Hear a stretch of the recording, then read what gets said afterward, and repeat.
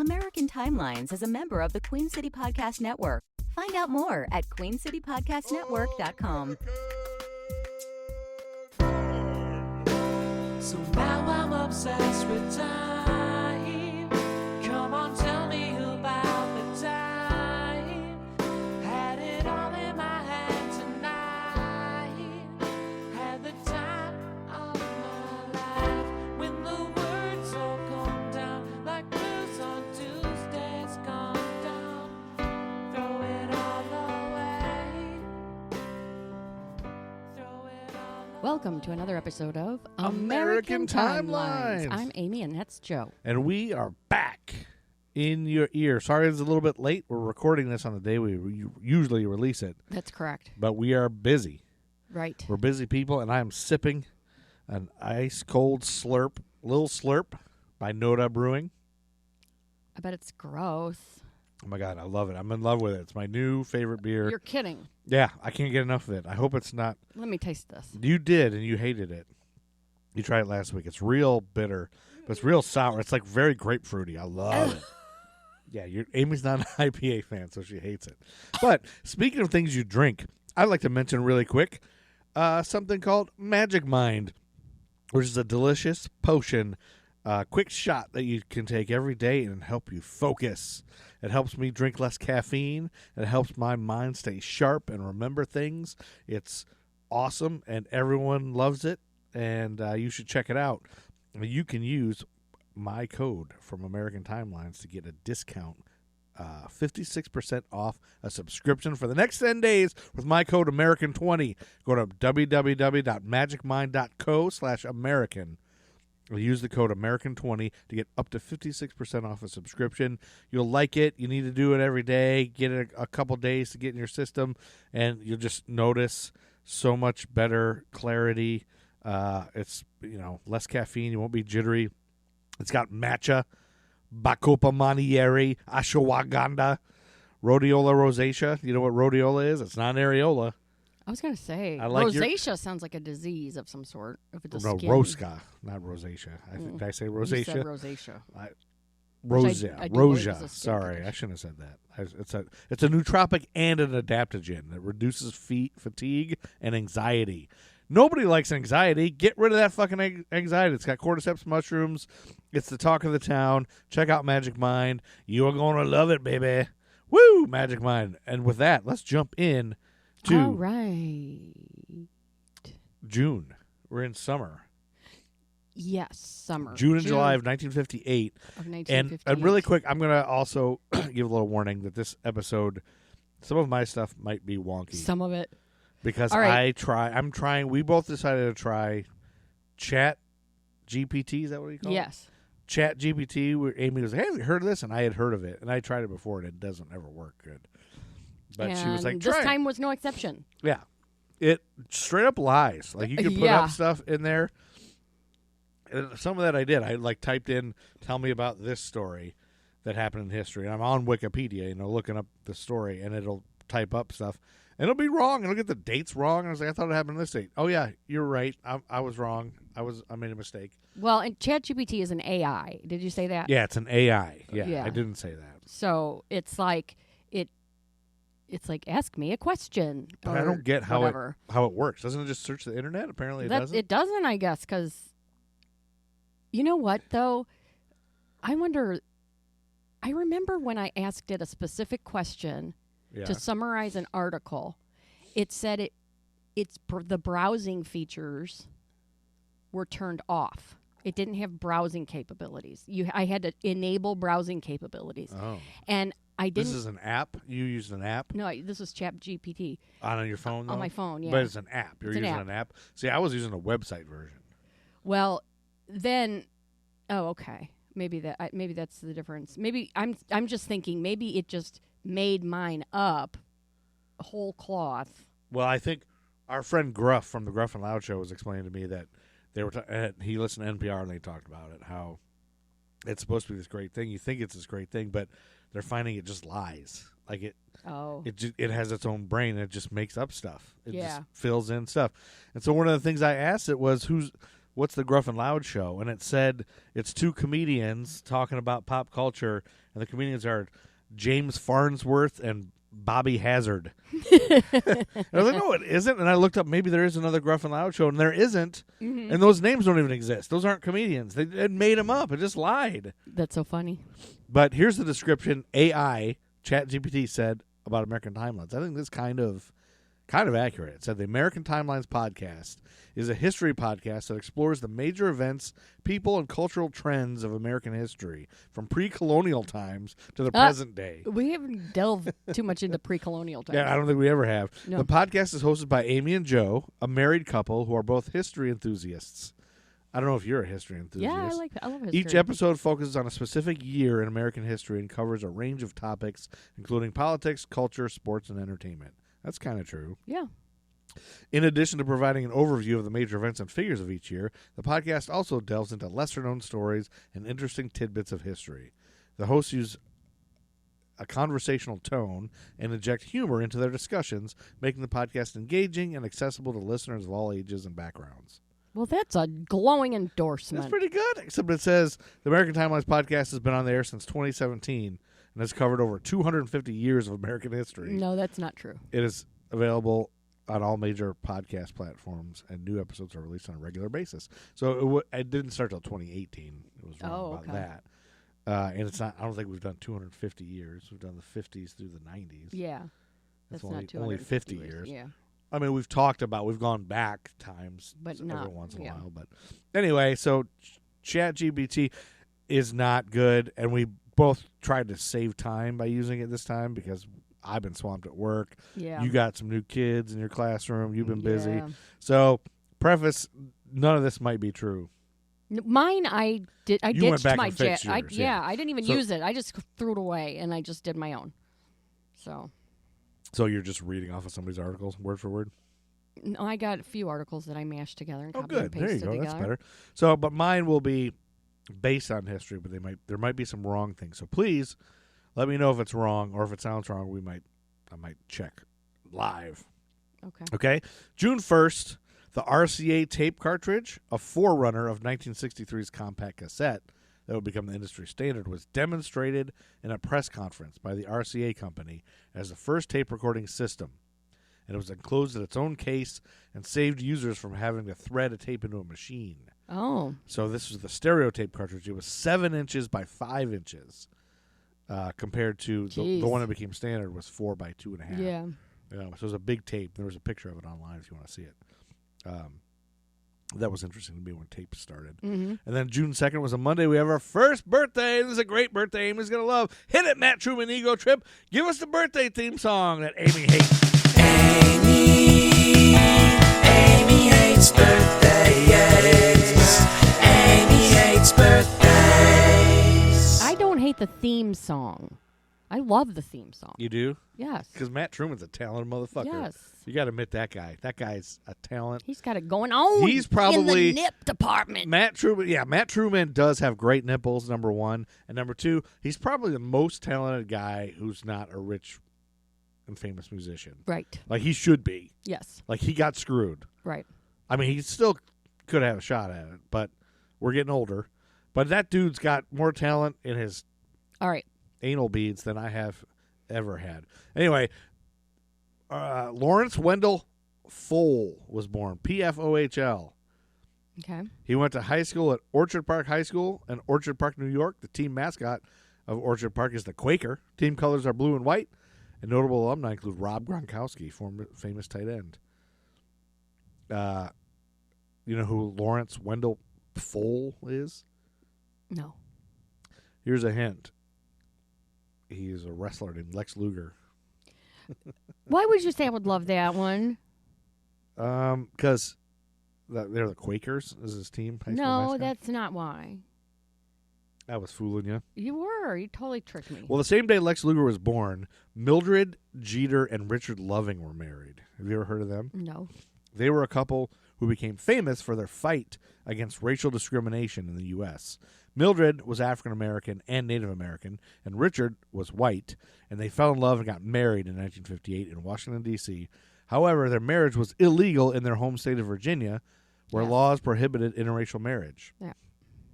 In 1959, the couple was arrested and charged with violating Virginia's Miscegenation. miscegenation law. Yeah. They pleaded guilty and were sentenced to 1 year in prison. God. Isn't that fucking That ridiculous? is the worst. But the judge suspended their sentence on the condition that they leave Virginia and not return together for 25 years. God. Isn't that crazy? That's horrible. Like, that's the thing they bring up when everybody tries to go against gay marriage and everything. Everybody's like, interracial marriage was wrong, too. Are you going to go against that, too? Well, and there was already a ruling that or a law that was passed. I don't remember which, but it was that you can deny somebody a marriage based on sexual orientation, racial makeup, or interfaith marriages. You can refuse to This is a certain state or all marry across the a nation? certain state. Yeah. I think it was Probably Idaho or backward somewhere. ones, yeah. Yeah. Well, that sucks. Mildred and Richard moved to D.C., but they missed their families and home in Virginia. In 1963, they wrote a letter to Attorney General Robert F. Kennedy, who referred them to the American Civil Liberties Union. And they took up their case and eventually went to the Supreme Court. And then they Overfell, or what is the case called? Loving. Loving. That's Loving, it. yeah. Overfell's the other one. Loving versus Virginia. And by 1967, that might not be right because ChatGPT is always a liar. The anti-miscegenation laws were unconstitutional, were declared that in this case. And Mildred and Richard's marriage was legal. Good. And that decision struck down similar laws in other states and marked a significant victory for civil rights. And Mildred and Richard continued to live in Virginia and raise their family. However, Richard tragically died in a car accident in 1975, and Mildred passed away in 2008. But their courage and perseverance in the face of discrimination and injustice have made them an inspiration to many and a symbol of the struggle for civil rights in the U.S. Yes. And thank you for not being racist. Oh, you're welcome. Okay. And then June 7th We're all racist if we're white in this country. Yeah, I guess anything you do is. Well, you it's can't. done. You can't help it. I mean, we've been A little educated in this racist. country. Well, thanks for not being Overtly racist. anti interracial marriage. Yeah, really. June 7th was a Saturday in 1958, and the SS Edmund Fitzgerald was launched from the Great Lakes Engineering Works shipyard at River Rouge, Michigan. Mm-hmm. At 729 feet in length, she would be the largest freighter on the North American Great Lakes for more than a dozen years, but eventually would go down with a crew of 29 in 1975. You remember that Edmund Fitzgerald, right? The Yes. wreck of and I was in a play called 10 November. That's about right. that. The same day that the Edmund Fitzgerald was launched, we have an awesome birthday. This birthday you will like. Okay. Hit it, Matt Truman. Amy hates birthdays. Amy hates birthdays. Born in Minneapolis on June 7th, 1958. You remember the first episode of 1958? I told you 3 awesome pop stars were born in the same year. Yeah. This is one of them, the son of jazz singer Matty Della and pianist and songwriter John Lewis Nelson. All 4 of his grandparents were from Louisiana. His great-aunt was the black nationalist Mittie Maud Lena Gordon, who established the peace movement of Ethiopia and advocated emigration to West Africa in response to American white supremacy. The jazz drummer Louis Hayes was his paternal cousin. Louis Armstrong? He was named No. after his father's most popular stage name, Prince Rogers, which his father used while performing with Prince's mother in a jazz group called the Prince Rogers Trio. He went to Central High School in Minneapolis, home of the Minutemen, team colors red and blue. Notable alumni of that school are James I don't Hong, the know. actor. You don't know a guy who's named after his dad's stage name, Prince Rogers from Minneapolis? Prince. It's an amazing pop star. Prince. Oh. Yeah, I even said Prince's mother. Prince was born. Oh. Prince is now in the world, Woohoo! and you can And all. he came out in high heels. Yeah, he was the man. He was wearing high heels and sparkles Yep. and purple, a lot of purple. That's right. And then June 9th, 1958, a dog died in France. Oh. Uh, Fuck. Amber Alert. Amber Alert. Uh-oh.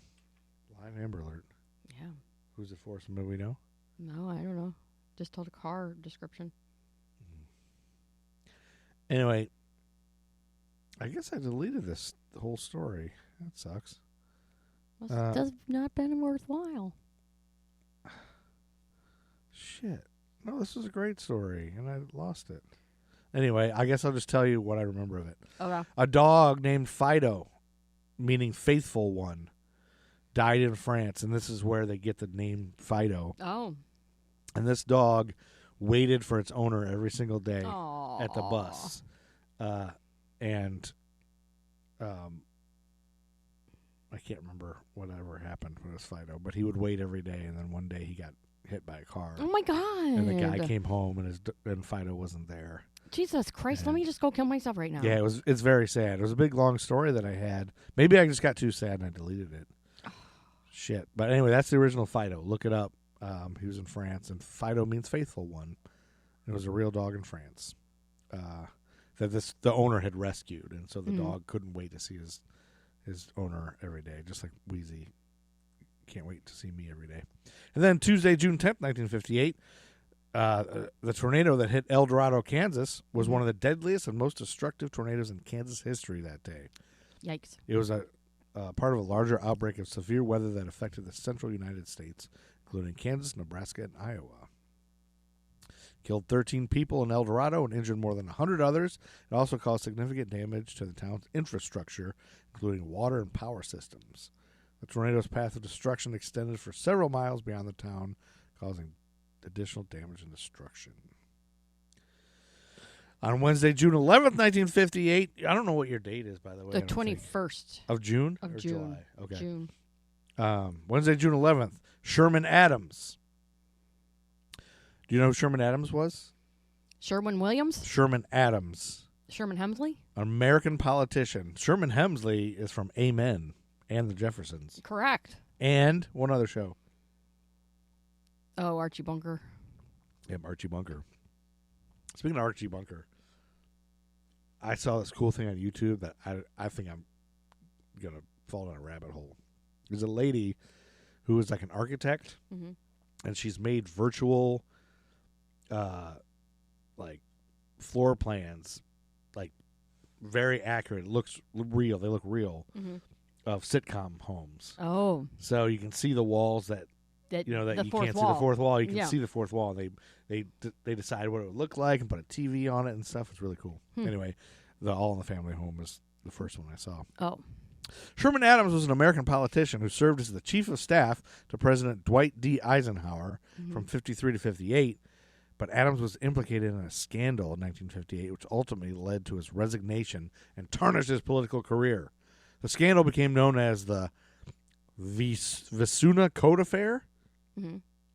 Vicuna, V-I-C-U-N-A. Is that how you say that? I don't know. Vicuna. Involved allegations that Adams had accepted gifts from wealthy businessmen named Bernard Goldfein. A wealthy businessman named Bernard Goldfein. Adams had accepted gifts from a wealthy businessman named Bernard Goldfein.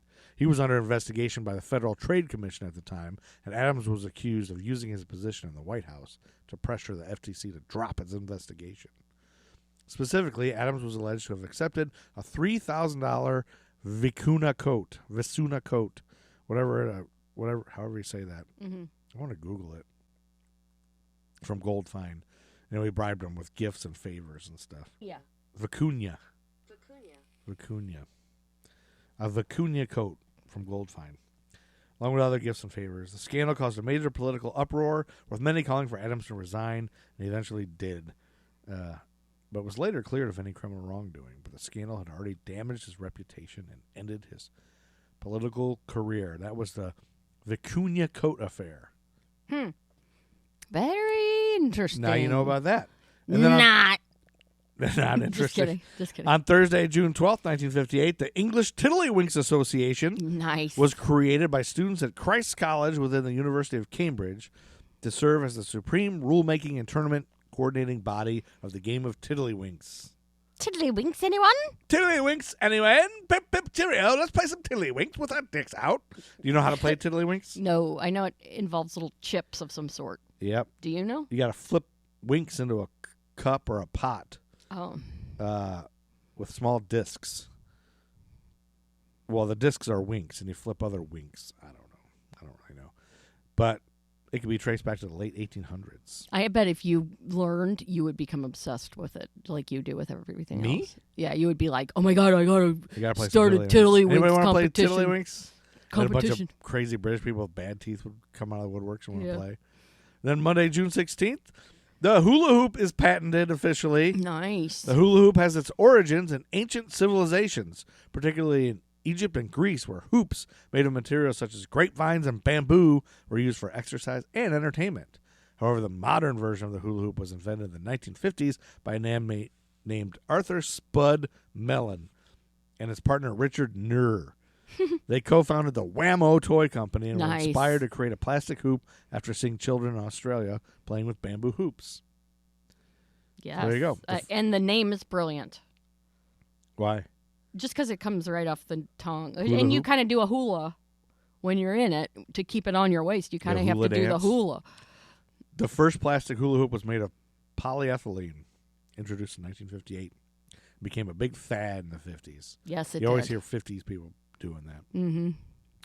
They did a hula hoop contest at the Queen City Comedy Experience during the Adult Spelling Bee, where you take shots between rounds of spelling bee, between rounds of spelling, and some drunk woman took her top off while she was hula hooping. It was awesome. Nice. June 24th, 1958.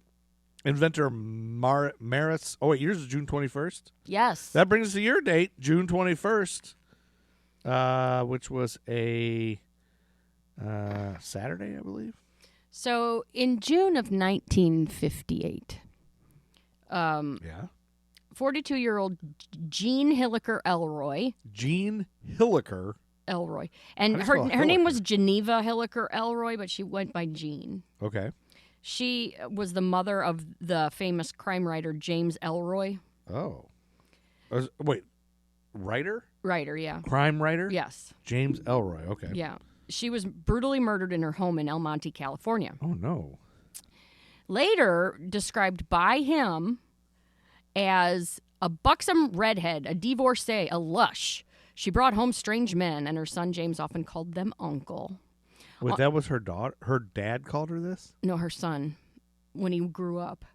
He later wrote about it. He's a writer. Oh, this is the mother. His mother I got thought murdered I thought his daughter got No, murdered. his mother. Okay. when gotcha. she was younger. I see. I'm sorry. I'm Now you not with me? smart. Yeah, I'm with you. All right. I'm drinking so, beers. On a morning in June 1958, some little leaguers found her body in some shrubs next to the high school. Oh, man. She had been strangled and possibly raped. Her stockings were tied around her neck. Yikes. The basic facts of the case are these.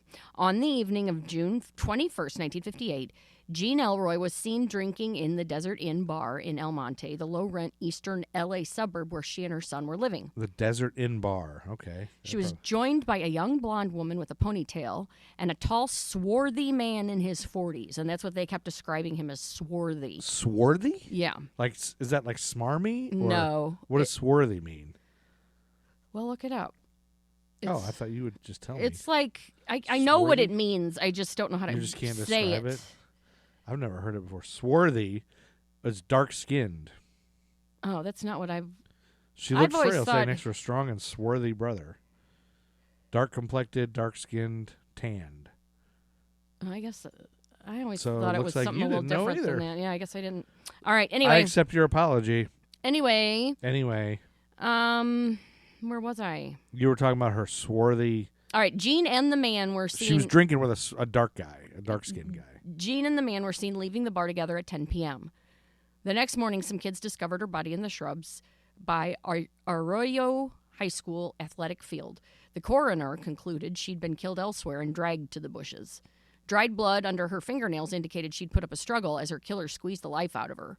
All the leads in the case went nowhere. Now, Jean had been married to James Ellroy's father, Okay. and they had divorced in 1954. Okay. Irreconcilable differences was the reasoning. he said, James Ellroy wrote when he wrote later about this. Yeah. He said she majored in booze and minored in men. He guzzled Alka-Seltzer for his ulcer and chased women with an equal lack of discernment. I found my mother in bed with strange men. My father hid his liaisons from me. I loved him more from the gate. So then in 1956... I loved him more from the gate. So, like, from the beginning, he always loved his dad more. Okay. In 1956, Jean and James moved to Santa Monica. She worked as a nurse in an electric plant. She got a boyfriend named Hank, according to James, a fat lowlife missing a thumb. Oh, fat lowlife named Hank with no thumb. Early in 1958, they moved again to a house in El Monte, California, a downscale suburb. Most streets were unpaved. Most residents parked on their lawns. Yeah, I'm looking at the map of it now, where Arroyo High School is. It's right next to Peck Road Water Conservation Park, an Arcadia golf course. Here is how James Ellroy describes the day his mother was killed. That weekend is etched in hyper-focus. I remember seeing the Vikings at the Fox Wilshire Theater. I remember a spaghetti dinner at Iaconelli's restaurant.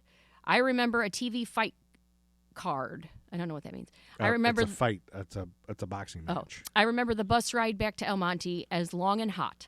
My father put me in a cab at the depot and waited for a bus back to L.A. The cab dropped me at my house.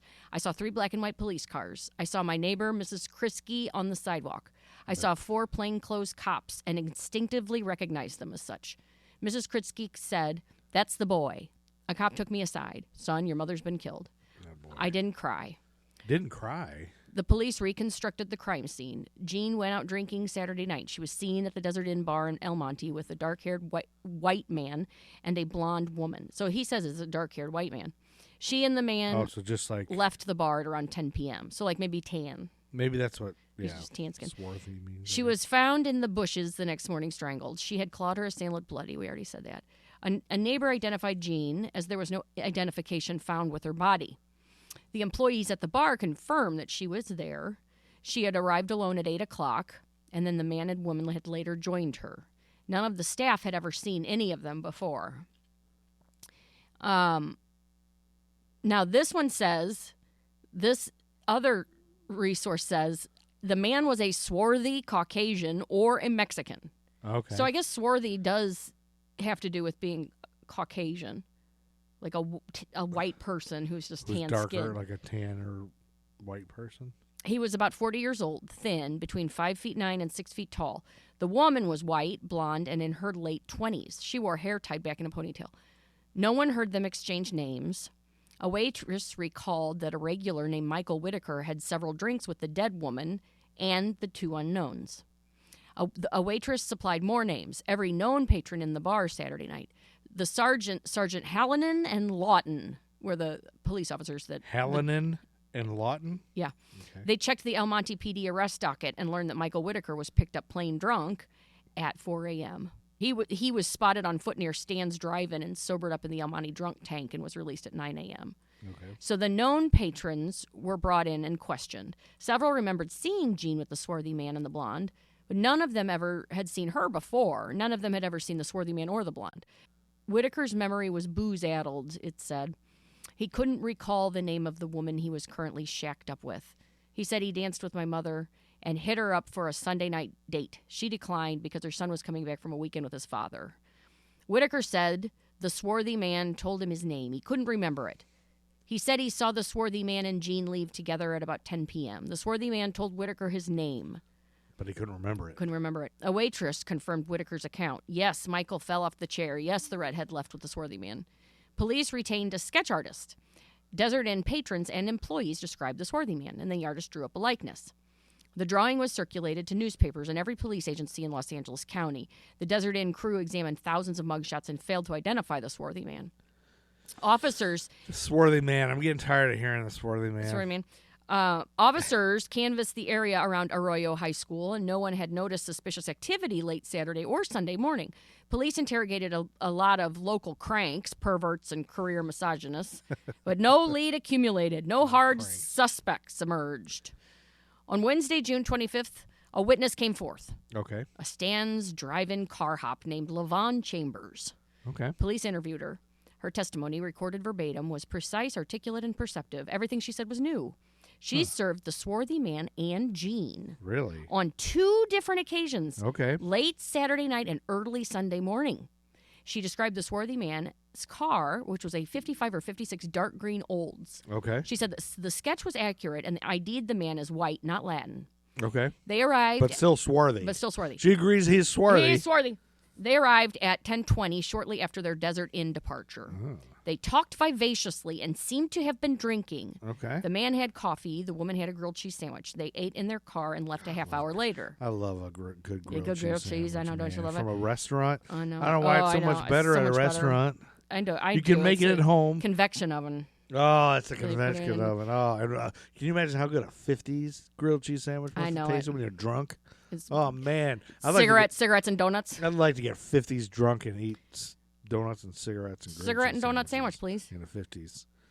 Man, if I woke up tomorrow in the 50s, yeah, it'd suck with no cell phones, no whatever, but I'd be eating high in the hall. All I'd right. go to every diner, have a So- heart attack by the time I'm 30. That waitress, Miss Chambers, she had worked late that night. Okay. She said Jean and the swarthy man had returned at around 2 a.m. Okay. He ordered coffee. He seemed quiet and sullen. This is post-coital, probably. Jean was quite high and chatted gaily. Okay. The man acted bored with her.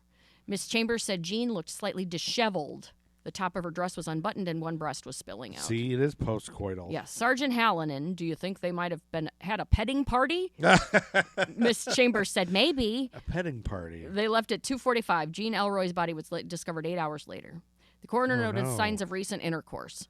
Jean's lungs were severely Wait, congested. there were signs? There were, Oh, but they there- couldn't tell if it was consensual. Jean's lungs were severely congested, presumably from years of heavy smoking. Yeah. She died of ligature asphyxiation. She sustained several blows to the head. Her fingernails were caked with blood, skin, and beard fragments. Oh, so she was trying to fight. She whoever fought off. back. That's right. The case went cold.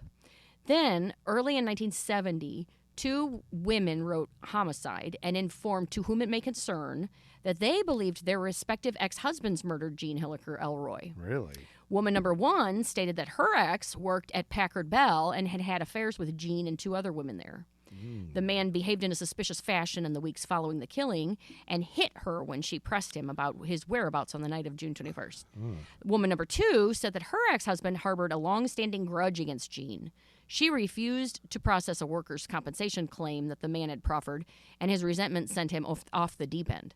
Woman number two's included a postscript. Her ex-husband torched a furniture warehouse in 1968 to avenge a Dinette set repossession. Wow. So both letters read vindictively sincere. Both were respectful of police authority.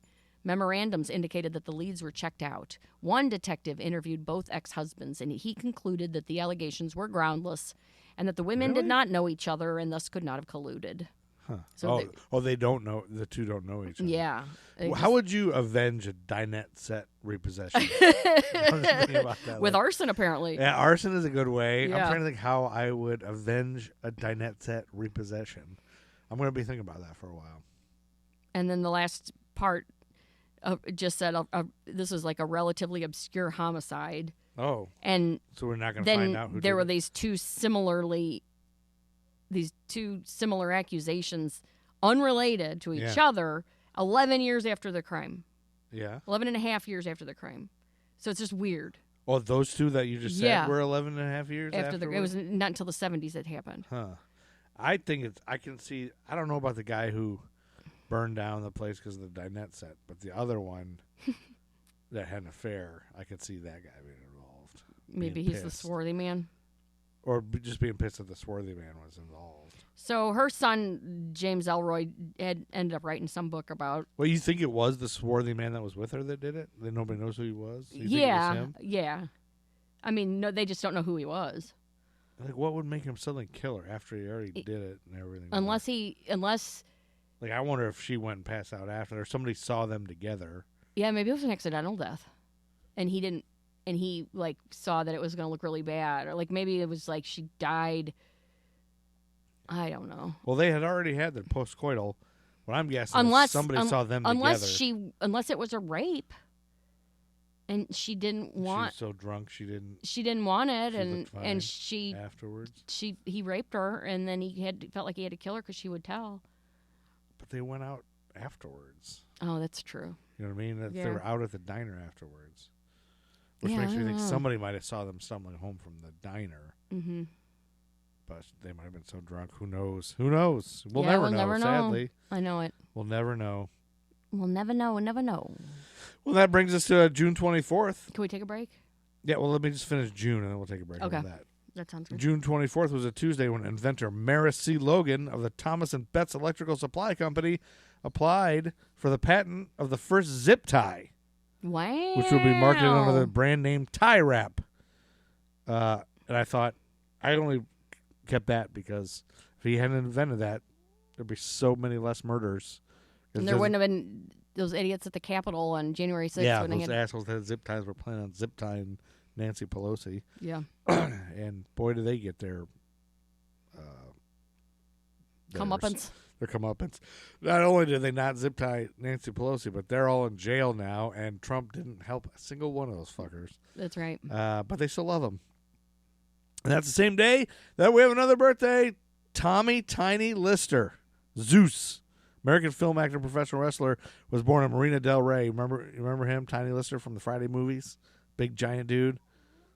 He was born in Marina Del Rey, California, and he died in 2020 from a heart attack. But he attended Compton High School in Compton, California. The mascot, horribly, was the Tar Baby. Oh, my God. That was their mascot at Compton High School. Oh my And the school colors were green and white. Notable alumni that all went to the school are Tiffany Haddish, Dr. Dre, Robin Yount, Kendrick Lamar, and James Coburn. All went to the same high school. Wow. Isn't that crazy to think of? But then our dogs are wrestling. June 25th was a Wednesday, and the collision between the cargo vessel, the SS Yaka, and the oil tanker MVRC Stoner occurred in the East River. The Yaka, carrying a cargo of sugar, was heading downriver and collided with the MVRC Stoner, which was heading upriver with a cargo of heating oil. And the collision caused a massive explosion, and both vessels caught fire. The flames spread to nearby docks, causing additional damage. The collision resulted in the deaths of 2 crew members and injured 35 others. But if it was hot oil and sugar, I bet it smelled great. Ugh. The Manhattan Bridge was also damaged in the collision. The incident led to an investigation by the U.S. Coast Guard, which found that both vessels were at fault for the collision. So there you go. There you go. And then on June 26th, according to reports, a married couple witnessed a disc-shaped object with a dome on top hovering over their car as they were driving on Highway 99. The object reportedly emitted a bright light and made a high-pitched sound before flying away, according to ChatGPT. And I said, I thought it was silent. And it said, yes. The couple reported the sighting to the police and local newspapers, and the incident received widespread media coverage at the time. Witnesses reported the object made a high-pitched sound. However, other reports suggested the object was silent. And ChatGPT got lippy with me and said, the details of the sighting vary depending on the source, and it's difficult to say for certain what exactly was witnessed. So then I went on this rabbit hole asking ChatGPT if aliens exist. Yeah. And it just kept saying it's inconclusive, and while there's all these people that think so, some say they don't know, and we don't know for sure. Well, it's not omniscient. Yeah, I know it's not now. You never know. Jeez. On June 29th, one of the most notable UFO sightings of June occurred near Trindale Island, Brazil. The sighting was witnessed by multiple people, including crew members of a Brazilian Navy ship and a photographer who managed to capture a series of photographs of the object. So you can Google Trindade Island, Trindade, in Brazil, UFO, 1958. You can look at the pictures. Okay. The photographs appear to show a disc-shaped object hovering over the water, and the incident is considered by many to be one of the most compelling UFO sightings in history. And that's all we got for June. No, there are sightings every fucking day. There are, all the time, and they're being shot down. Yeah, so it's like, okay. Did you hear the There latest? was a disc in the sky. Okay. they're all nobody the fucking cared. time now. Now nobody cares. I think they're trying to desensitize us to it. So when they reveal Yeah. that our alien overlord, Joe Biden, has been Stop. controlling us for so long. Or maybe we'll find out that, Tom Hanks and Tom Cruise are aliens. No, you sound like a QAnon. I am. That's okay. I can be. I'll whatever I divorce want. you. You will? Okay. We'll take a quick break, and we'll come back with a quick recap of July. But go ahead on this break. I want you to listen to this ad for the other History for Jerks audio products and video products, including the Gruff and Loud Show, featuring the greatest human of all time, Steve Bishop, or the Nerd School podcast, featuring the other greatest human of all time, Art Star. We'll be right back. Watch the Gruff and Loud Show on YouTube, you jerk. Edie Falco. Yeah. Are you familiar with Edie Falco? I am a little bit more than aware of Edie Falco. I'm a fan of anything I've seen Edie Falco in. I've been a fan of her work. Now, when you say fan, you're saying you're a fanatic. You're fanatical about Edie Falco. I do understand where fan comes from, and I would like to take this time to retract. Retract your statement. Well, if you're going to throw out fan face. as fanatic, no, I am aware. And if you saw Candace Bergen on the street, would you fangirl? I mean, Edie Falco. Edie Falco. Sorry. Yeah. Both, I would hope that I have the presence of mind to say thank you. Okay, you're in a three-way with Edie Falco, Irving Levine, and you. Who are you giving most attention to? Oh, Edie Falco. Okay. Check out the Gruff and Loud Show. It's on YouTube, you jerk. The Nerd School Podcast. And you all watch the Hawkeye, all 3 episodes of Hawkeye? I still think generally bow and arrow guys are stupid, but they did a great job of making that cool. Whoa, this thing's more than just a bow and arrow. The musical at the beginning was awesome, where it's like, I want this musical to exist. I had the opposite thoughts of said musical. Hawkeye is one of many people who have been Ronin. In the 3rd episode, we meet Maya Lopez, who's known as Echo. She's getting her own show as well. She's getting a spin-off of Hawkeye? Well, Maude was a spin-off. Did you know that?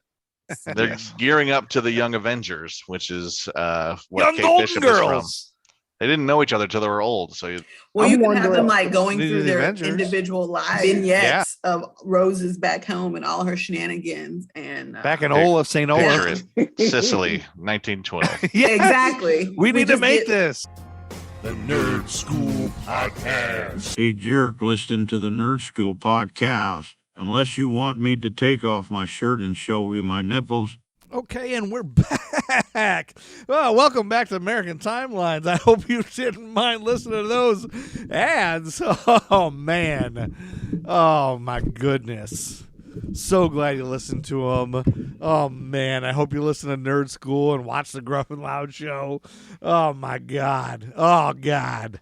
Move it on. You ready to do July? Yes. July 8th was a Tuesday of 1958.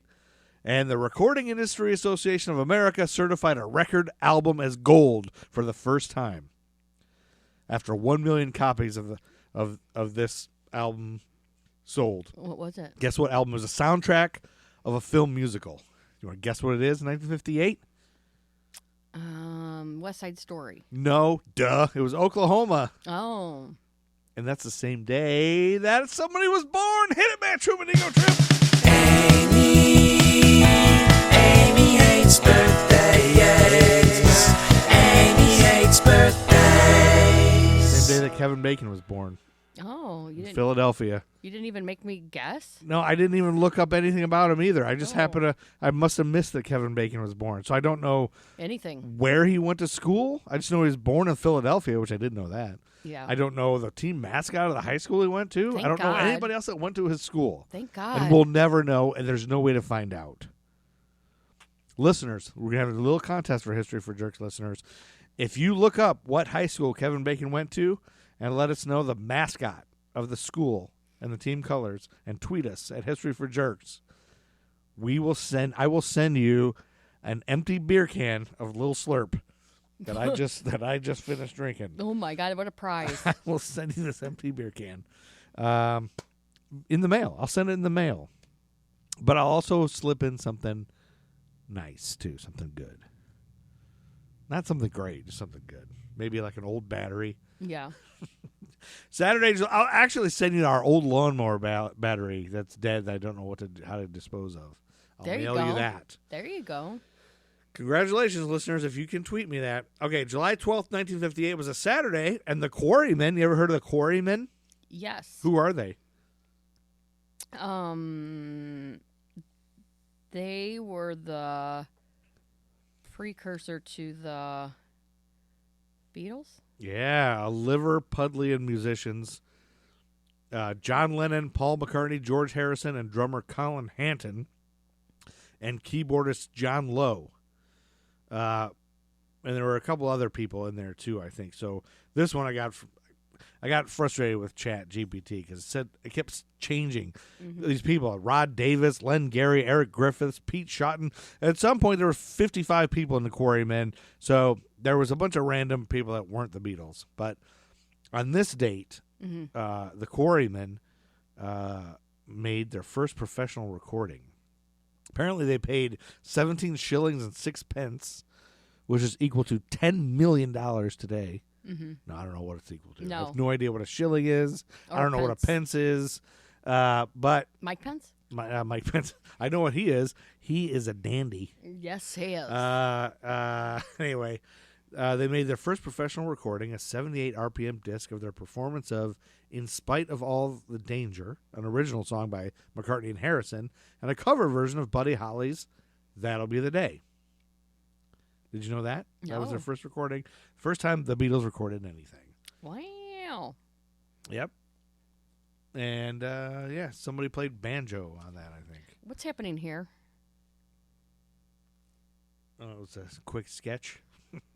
Just 2 pictures of One dudes. is gruff and one is loud. Oh. It's the comic strip I'm working on. Okay, never mind. Moving on. Hey, if the clan member that created Dilbert can have a successful Sunday no comic, kidding. so can I.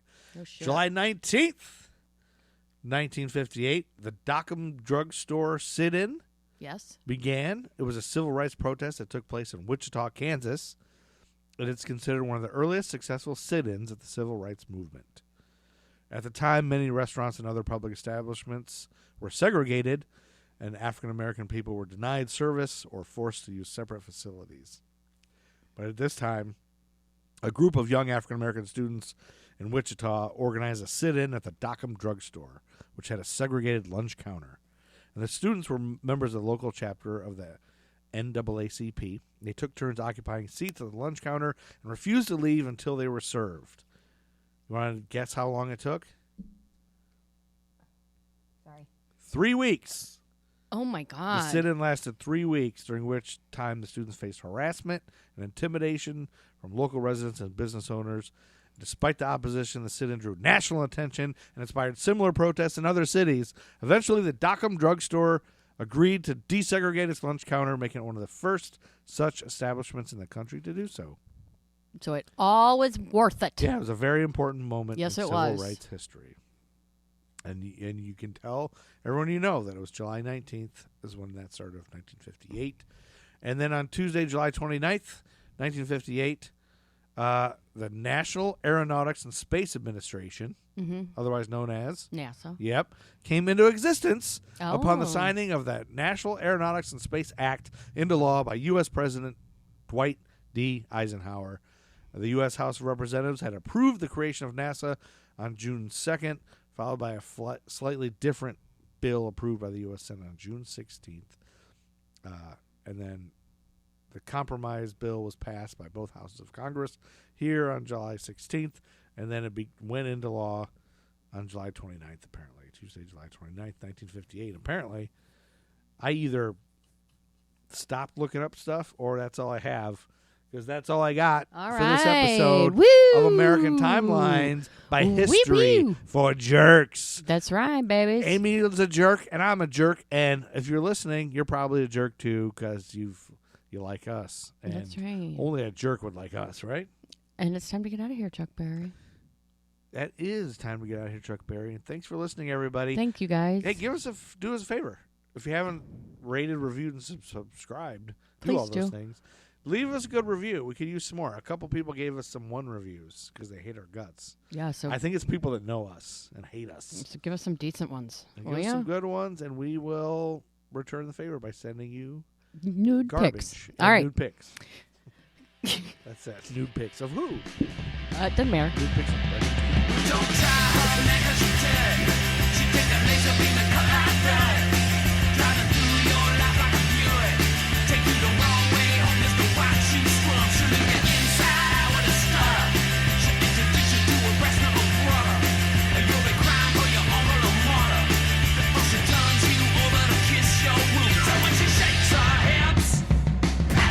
Matt Truman Ego Trip is the greatest band of all time. Buy their music.